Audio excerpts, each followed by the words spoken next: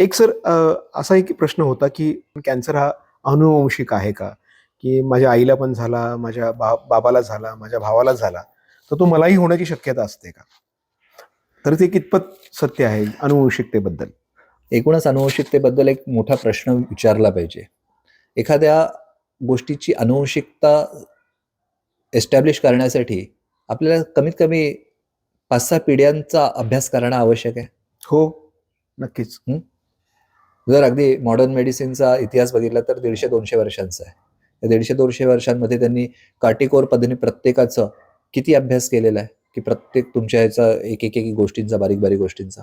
म्हणजे अनुवंशिकता ही कशाच्या आधारे किती फास्ट त्यांनी एस्टॅब्लिश केली आहे, तुम्ही विचार करा. माझ्या मते 99% म्हणेन मी, आजार हे अनुवंशिक नाही आहेत. बर. वाटतात ते अनुवंशिक, कारण एकसारखं खाणं पिणं, रहन-सहन एका घरात असतं, वातावरण एका ठराविक समाजामध्ये, ठराविक कम्युनिटीमध्ये एकसारखेपण असतं ते खाण्या, तर त्याचे तर परिणाम होत आहेत ते. आता असं आहे, आग्रहचं जेवण ज्या घरांमध्ये आहे त्या घरांमध्ये असे प्रॉब्लेम, अजीर्णाचे प्रॉब्लेम सुरू होणार आहेत. आता अजीर्णाचा प्रॉब्लेम सगळ्यांना सुरू होतो, पण त्यामध्ये कोण बिडी फुंकणार असतो, कोणी चिंता करणार असतो. तर चिंता करण्याला कुठेतरी ब्रेन ट्युमर होण्याची शक्यता जास्त आहे. जो बिडी फुंकणार आहे त्याला लंग्सचा प्रॉब्लेम येण्याची शक्यता आहे. तेच अजीर्ण कुठे जातंय आणि साचतंय, त्याप्रमाणे ही नावं वेगवेगळी आहे. बरोबर. तुम्ही मध्ये मगाशी म्हणाल की जी जागा थोडी नाजूक आहे तिकडे जाऊन साचतं ते. बरोबर बरोबर. असं आहे की एक रबर बँड आहे, ठीक आहे. रबर बँड तुम्ही असं ताणलं तर ते ताणलं जातं, पण अधिक ताणायला गेलात तर त्या संपूर्ण रबर बँडवर एकसारखा ताण आहे. बरोबर. पण तुटताना एकाच ठिकाणी तुटतं, बरोबर, सगळीकडे तुटत नाही. तिथंच का तुटतं? कारण त्या ठिकाणी तीच जागा त्यातल्यात नाजूक बनवतानाच झाली असेल किंवा वापरताना झाली असेल. बरोबर. अशाच पद्धतीने शरीरात, म्हणजे मग बाकी काहीच त्रास नाही, मला हाच त्रास आहे. अरे एक पुरतो. दुसरी गोष्ट, यामध्ये वेदना हे एक विशेष लक्षण दिसतं सगळ्याच ह्याच्यात. आणि असह्य वेदना, तुमच्या पेन किलर्स हात टेकतात, काही करू शकत नाही.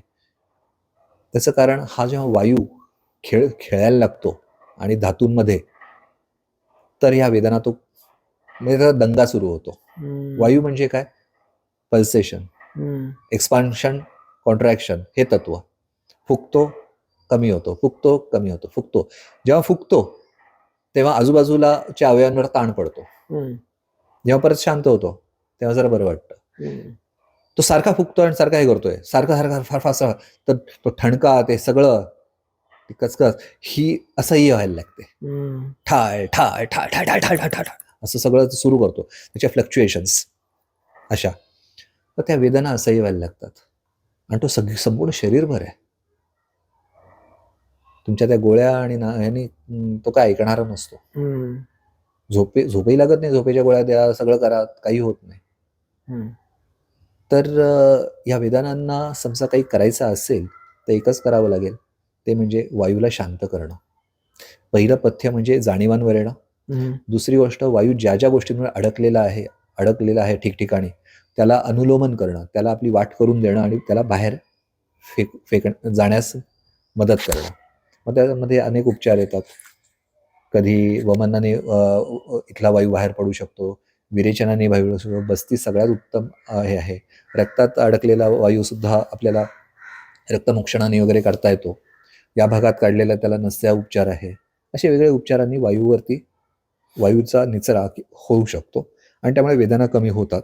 आणि बाकीच्या गोष्टी ज्या आहेत त्या अजीर्ण कसं कमी होता येईल त्यासाठी पाचक औषधं, दीपनपाचन औषधं, उपचार, धातूंचं बळ वाढेल असा उपचार, आणि जाणीवांवर आल्यामुळे हळूहळू गाडी ट्रॅकवर येते आणि रुग्ण बरा होतो.